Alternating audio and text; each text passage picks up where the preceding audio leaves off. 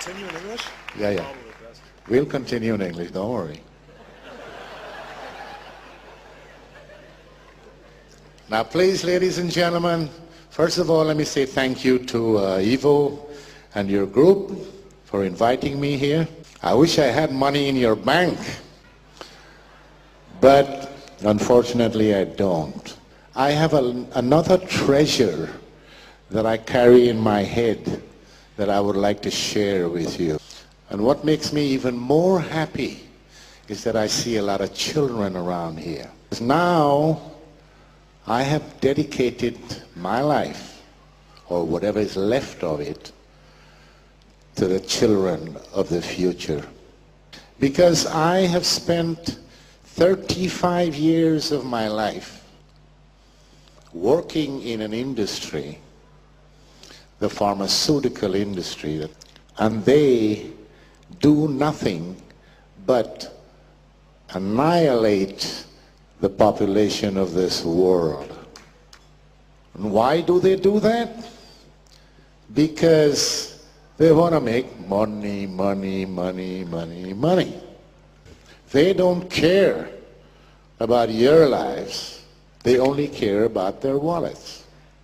Now, whatever I tell you here today is not something that I dreamed about or observed somewhere. It's something that I have done myself. I have been just as criminal as they are. My hands are just as dirty as these people. Now, all of you sitting here, answer me a question. When you go to the doctor,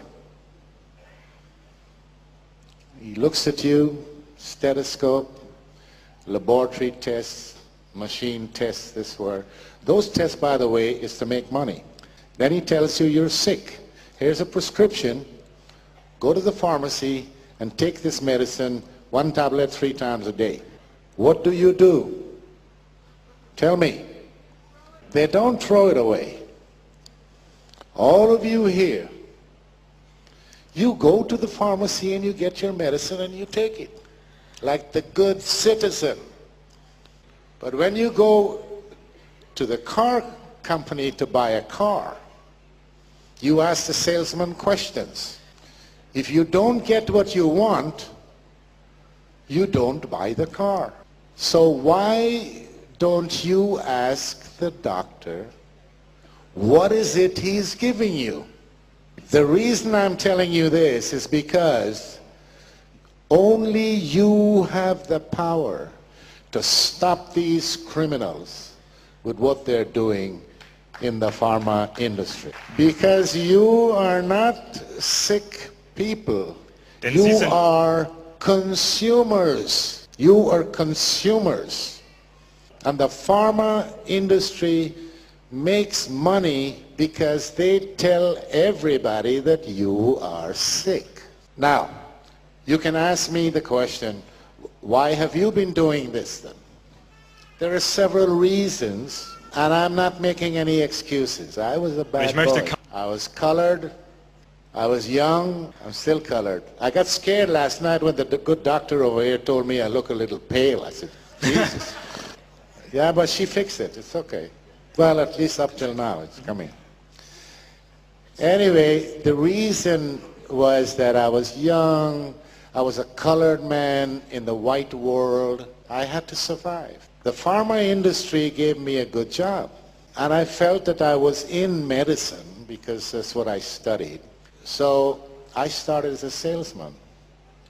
As a salesman. So I had a good salary. I had the car, the expense account, and as I moved up in my career, where I eventually became a director for a company in Sweden, the affiliate company of one of the largest and most evil pharma corporations in the world, Eli Lilly and Company. You may have heard of them. They're evil. And I can say that because I was part of the evil. So in those days, the money, I've been around the world. You ask me all the top hotels in the world. You ask me about all the big airports in the world, gourmet restaurants. I had a golden key to the wine cellar of the Opera Cellar in Stockholm, Sweden. The Opera Cellar is where the Nobel people have dinner. I mean, you can go in that restaurant. The Princess Christina was sitting next to me at another table the other one time. So all of this was offered to me on a plate and tele. So, just like Eva gave Adam the apple, I had an apple too. Anyway, to make a long story short, I had a career. I did a lot of bad things. Sure. They fired me. I started my own company, worked for several other pharma companies, big ones, world players. Then I met a German woman 15 years ago. And she said I have to come to live in Germany because she's not going to move to Florida. And I said, okay, so I came to Germany. I retired, officially retired. I played golf. Ich habe Golf Good gespielt. golfer in Germany, and I relaxed myself. Then I had a heart attack, then I had a second heart attack, and now I can't get no heart attack anymore. 'Cause Inzwischen. I have a titanium battery right here. So I can drop here today and my heart will still beat. That's just a joke. Anyway, no, it's not a joke. I have a pacemaker, but I mean the whole... Anyway, somebody, the power, I don't know, some people say God, some people say Jesus, some people say this. I call it the power. The almighty power blessed me and my wife with a child. I was 62 years old. This child is now 4.5. Now, when this child was born, he went to the pediatrician after the 6 months to a year, they make a checkup. The doctor checked the boy and said, yeah, he's healthy, he's fine. Now I need to give him his cocktail for Maasen. Now I had told my wife, nobody, no doctor, no professor, nobody gives my child any kind of medication unless they discuss it with me and I approve it. Now this doctor,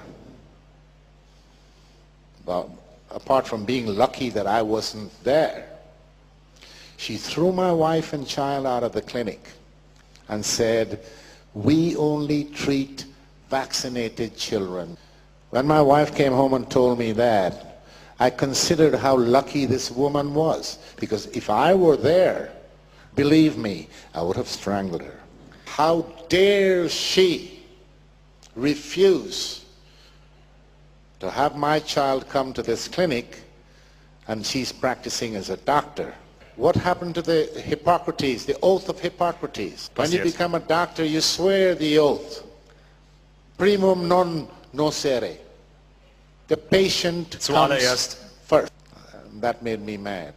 So I researched this lady, and I found that she was sitting in a committee, or on a committee, with a politician and members of the pharma company that made the the vaccine. And they're propagating to the government in Germany to introduce mandatory vaccination. So I started to do some research on what's going on in Germany in the medical business. I've never worked there. I only lived there. I got my pension from Sweden, by the way. I don't get anything from the German state or anybody. I found out also that general practitioners, just like this woman and other doctors, were prescribing psychotropic drugs to children.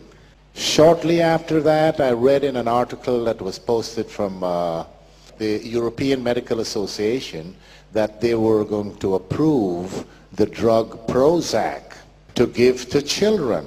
Es heißt Fluctin in Schweiz, in Deutschland. They were already prescribing another one called Ritalin.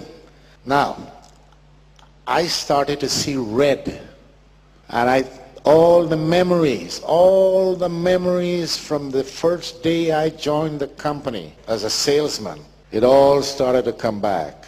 And I started seeing shadows at night. People dying from taking medication that was legalized because I had bribed the Swedish government to get the Sulasung for Prozac in Sweden. Now, can you imagine that? Sweden is reputedly one of the cleanest, most transparent countries in the world. They have the Nobel Prize of Medicine. And what I didn't think of at the time, the Americans, my friends were talking about them. Sorry, Jim. They love the prestige of the Nobel Prize. That is why it was important for them to get the registration of Prozac in Sweden. That was one of the major things that I did, because the company told me, your career may depend on it. Now, I can't go through all the items of corruption I've been involved in. It's too many. I'll have to spend a couple of weeks here. But you can read about it in my book that's selling over there. It's called Nebenwirkung Tod. It's in German, and the English version last week is now as an e-book for any of you who might be interested in that. Now, as my colleague Rima was referring to earlier in her speech, what is the pharma industry doing to us? They're the most powerful industry in the world. They sleep in the same bed with governments. They use corruption to get what they want. Corruption involves money. Cool. They have lots and lots and lots of money, and that is how they make their money. Now, they also kill more people than the wars we have in the world. But long term. They punish you and then they kill you. And that has to stop. We need, according to the way things are today, we need the pharma industry because there are some good things out there. Sorry, Rima, I might be contradicting everything you said, but there are some things there that is good. But most of it is rubbish. They're not interested in curing any disease you may have. They're more interested in making you get diseases. They're interested in symptomatic treatment. They want patients who are diabetics, cardiology patients, Parkinson's disease, rheumatoid arthritis, arthrosis, because you live a long time and the drugs that you have to take, you take that for the rest of your life. So let me ask you the question. Is there anybody in here that can tell me when was the last time you heard or read that a pharma company has come with something that cures a disease? Beantworten Sie I mir give you Folgendes. €100 right now if you tell me. They don't cure anything, they make you sick. Now, this company that I talked about, the Eli Lilly and Company, remember that name. They have been doing this for years and years and years. 3 weeks ago, I received a mail. I get alerts on whatever is happening in the industry from various places. Eli Lilly and Company was fined Strafgeld by the Justice Department in Pennsylvania in America. $1.4 miljarden dollar for one product that I have written about in this book 2 years ago. That product was used to treat, it was a neuroleptic, a psychodrug that was approved to be used on schizophrenics. So this company wasn't satisfied with that. They went and sold the drug to old people's home because they say it wouldn't cost so much to be there in this home because you give them this pill and the old people will sleep. So the workers wouldn't have any problems at night. But what they didn't figure on was that this drug had the side effects, which, by the way, before it came out, they had hidden under the table. The side effects, a lot of people died of heart failure, kidney problems and whatever. And then there was some speculation going on because the patients that received this drug, it's called Zyprexa.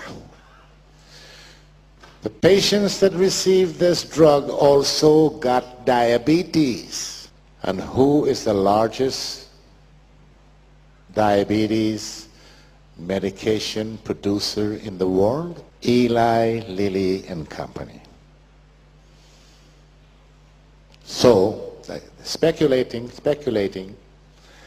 So they were taken to court and they were fined. It's the largest strafgeld in the history of the nation. Now there are a couple of other companies that were fined heavily for other drugs in the pharma industry. And these are huge companies. But it never came out.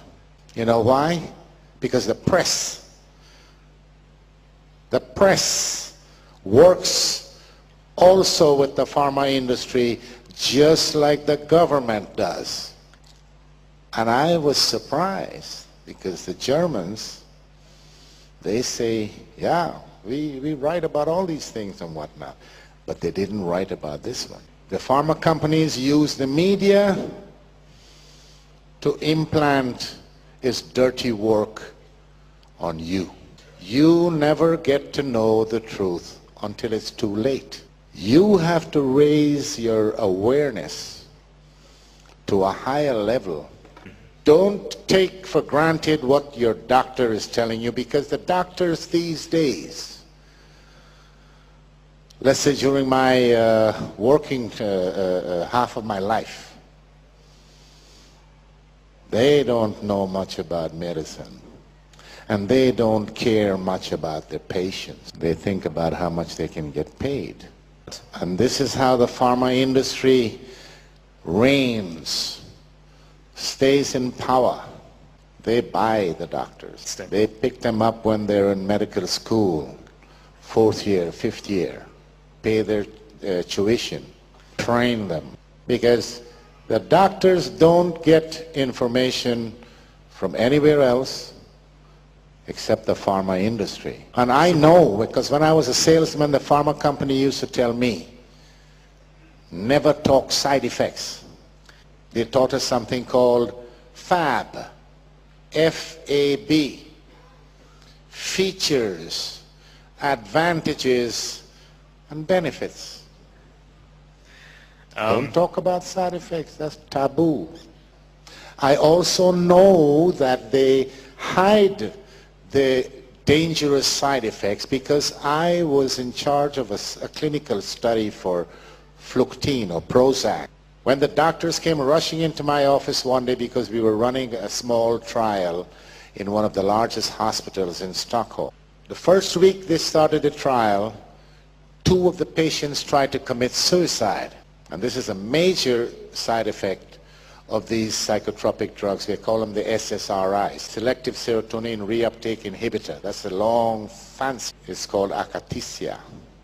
The pharma industry, by law, is not obliged to give out information like that. Their friends in Washington made sure of that. Do you know that George Bush's father was on the board of directors of Eli Lilly and Company? One of the political advisors in the George Bush administration, a guy called Mitch Daniels, he was a vice president with Eli Lilly. Do you know that Rumsfeld, he was a vice president in the pharma industry. My boss, former boss, the guy who was 2 steps ahead of me, he was the vice president in London. He later became the CEO and chairman of the board of Eli Lilly and Company. He was made a member of the American Homeland Security Committee. And that is because Eli Lilly and Company is one of the largest political contributors to the Republican Party. And all of these companies, all of them, they have $100,000 executive walking around in Washington and saying, "Hi, come to my barbecue this weekend." And that, ladies and gentlemen, is the highest form of corruption. It's called lobbying. It's approved by your government. Well, I don't know which one I have. All of them the same. So who are we dealing with? What are we doing? What are we setting our children open for? Now here's the good news, not for them. Sales of pharmaceuticals were dipping because when you look at the logistics of the whole thing, the baby boomers are now us.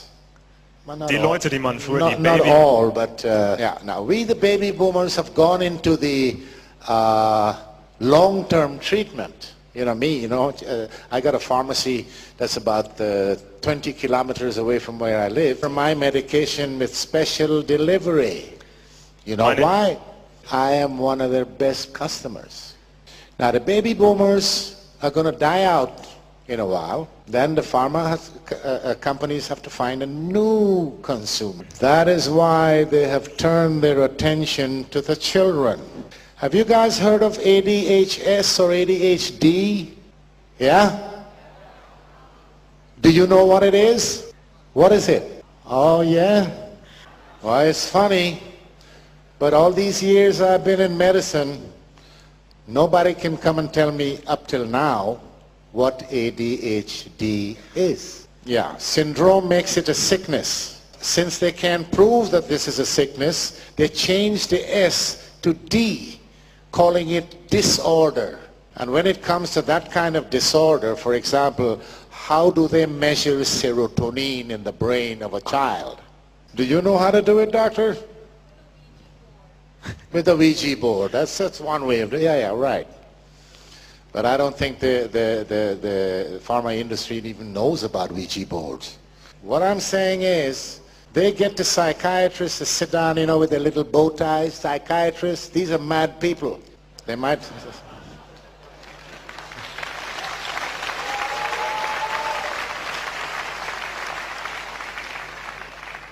They sit every year, a few of them selected from around the world, and they sit in a room and they make up what they called the Bible for psychiatry, the DSM.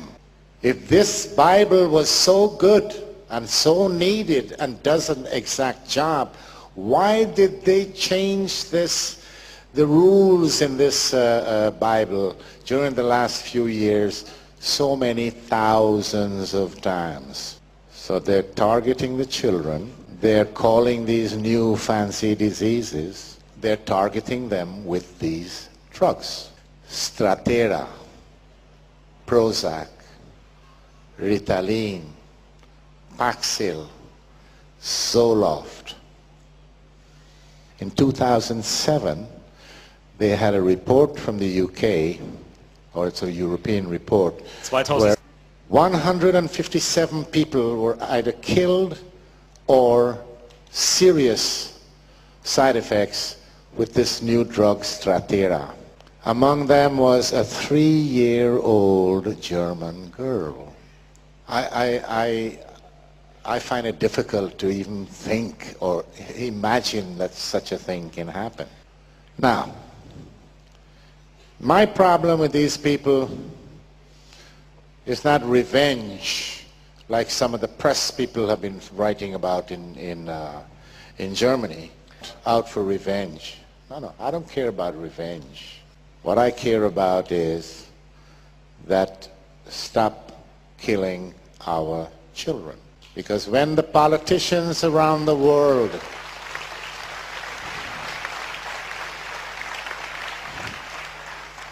when the politicians and all the other idiots,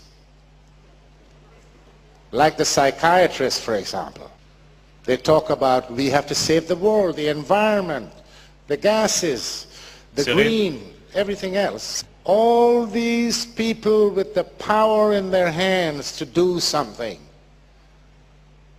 is not doing a goddamn thing. They still try to manipulate. And now they've fixed their eyes on the kids. I don't know about you guys in here, but that's not going to happen to my kid. Never, never. The other thing that is very, very significant, when Volvo or Mercedes or Audi, they bring a series of cars on the market, and something went wrong. The computer system maybe doesn't function well, the brake system, something. What do? They bring them all in. They fix the problem and then they go back and sell it. When a pharmaceutical company brings a drug that's killing people, what happens? The stupid politicians and the authorities, they say, okay, why don't you guys go back and take a look and see what is it that's wrong and see if you can fix the problem and still sell the drug. These companies still keep on selling the drugs. And I'm not talking about miljarden pro jaar. That's a lot of money. Now the company I worked for, this Lilly, they said to me, and all my comrades and workers, we work for the betterment of the human race. We work towards getting their wallets empty. But they claim that they give $1 million a day to research. That's $365 million a year. Now I have been with them, that company, I was with them for 10 years. So you take 365 and multiply it by 10, that's over $3 billion. And they couldn't even bring out a better aspirin than they have. So they're bringing SSRIs. They are called SSRIs. When they told me that this new group of drugs was coming, they said, if we give it away, we will make money. That's how cheap it is to make. And Prozac, the drug that I bribed the Swedish government with to register, is the first ever blockbuster of the pharmaceutical industry. That is $1 billion a year. I have a lot more, but right now, fortunately for me, that has become my insurance. Plus, I have to save a little bit for my next book. It's all coming. Hopefully, the book will be finished by the end of this year, early next year. In the meantime, I will continue to speak wherever I'm invited, because I can write 100 books. If my message doesn't get to the people, to the consumers, nothing is going to happen. We have to get out of the grip of these people. Public outcry. Public outcry brought the Berlin Wall down. Public outcry can clean the pharma industry. Just get some control. Put some transparency into the business. And when your politicians stop filling their pockets and start to do something, that's difficult. It's difficult to get politicians to do anything because they don't have anything to think with. And you journalists out there, maybe there are some journalists out there, and maybe there are good ones out there, but stop thinking of writing your articles that somebody's going to buy, or you're not going to get the Pulitzer Prize anyways. Start to write the truth. The truth is the only weapon. And I know, because people all around, at least all around where I have been during the last year, they're waking up. I have people call me in the middle of the night. I'm sorry, I can't, all I can do is stand on a stage or write. Hopefully you will understand and take the cloud away from your eyes. You start thinking for yourselves and don't let the pharma industry think for you. And here's a little tip to all you young people. We the older ones, I'm gone already. I've had my life. I had a good life. I was a criminal in my job. I was a pop singer. I had 3 wives. 2 and I got 1 now. So that's 3, yeah, 3 wives. So I mean, I have enjoyed all these things that are there for the offer. But listen to an old man. You young people, start to take care of yourselves. Take care of yourselves. Take care of your bodies. Don't fall for the junk that's out there. Stand up for what you believe is right for you. The reason you go to a doctor and the reason you go to the hospital is because you have not looked after yourselves. If you look after yourselves, you don't need to go. It's like the car. Tune up the auto. Use the right gas. Change the windshield wipers. Maintenance. If you do that, you don't need to see the mechanic. But if you don't maintain the car, then you have to go to the mechanic. It's not going to run properly. It's the same thing with your life. So, I am not going to get into more details about all of this. I've told you some of the important facets of the pharma industry, and you can believe it, you can take it to the bank, what I have said to you. You can do your research, and you will find that I have worked in every single department except production. All the other facets of the industry, I have worked in them. I know. So, ladies and gentlemen, it's been very nice meeting you people. I will now leave this speech open for questions. If you have any questions. There seems to be a contradiction between the 2 presentations. Codex Alimentarius wants to eliminate populations. So how does Big Pharma ensure future profits if Big Pharma is killing off the people?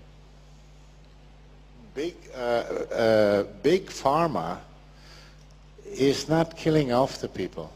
But that's what Madame Leibov said. That's the goal of Codex Alimentarius. Okay. Let me. What I have heard from her, and what I have thought about is that she said that Codex Alimentarius, they make you sick with the food, right? Let me ask you a question.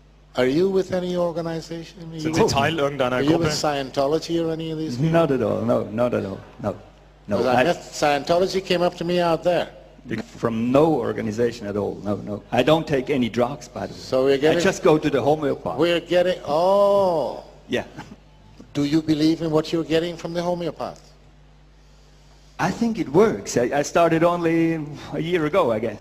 Yeah, it works. And you know, I agree with you in that the pharma industry is mostly here for making money, and I agree with your thing that they... Rima, you talked about some key individuals who started not just Codex, but started modern medicine.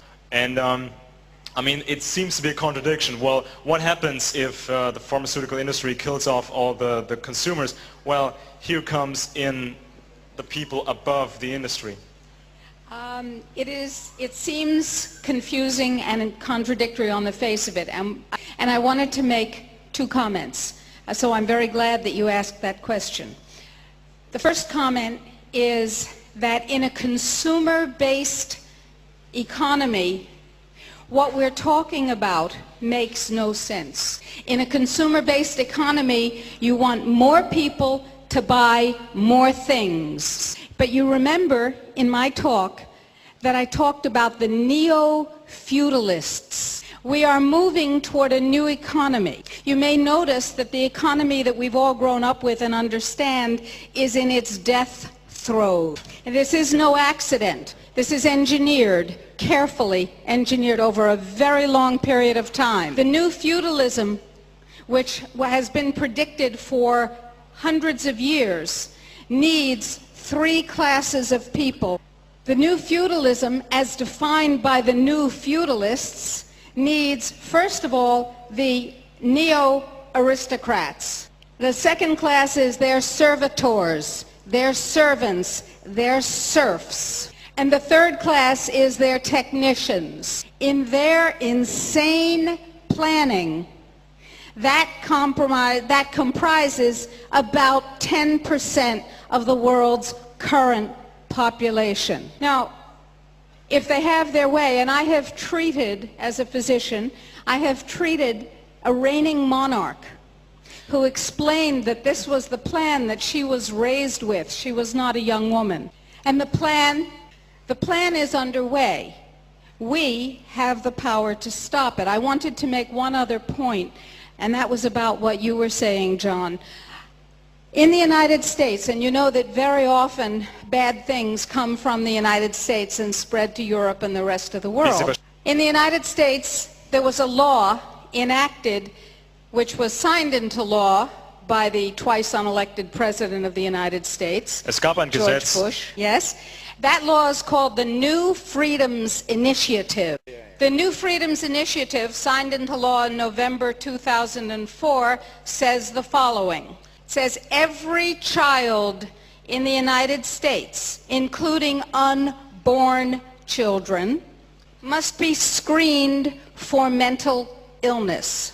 This was a study done by the George Bush's Institute for Mental Health in Texas. That's right.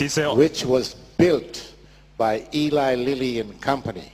I attended a meeting in 2007 in Berlin. I was invited there by the members of the Green Party, and I was supposed to say something, I don't know what. Started speaking, they cut me off because there was a group of psychiatrists begging the government for money to perform exactly what Rima just said. And that's why I'm telling you, but there's more.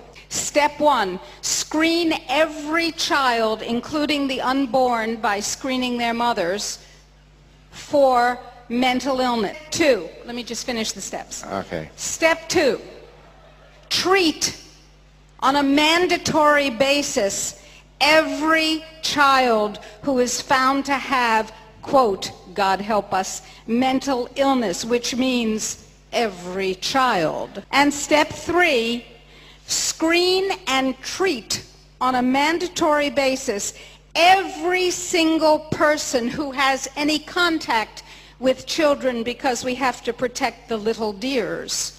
That means mothers, fathers, shopkeepers, school teachers, grandparents, neighbors.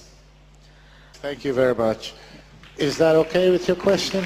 Das war eine sehr wichtige Frage. Sehr wichtige Frage. It gets more scaring, and it gets to more relations than you ever thought. What you have to do, let me give you a little bit. You have to start thinking simple. You go into details that involves politics and politicians and people in power. You lose the goal. It's not easy to understand. It's not einfach for anybody. He said it's not easy to put yourself into that crazy elitist mindset, and it's hard to wrap your head around it. Thank God it's not easy. Thank God it doesn't make sense to us without Thank you work. guys. Thank you for your question. Thank you for your answers. All right, good. Okay, vielen Dank für den unglaublichen Vortrag. Thank you very much, ladies and gentlemen. I hope I see you again. Ich hoffe. Oh, don't forget, the book is on sale over there.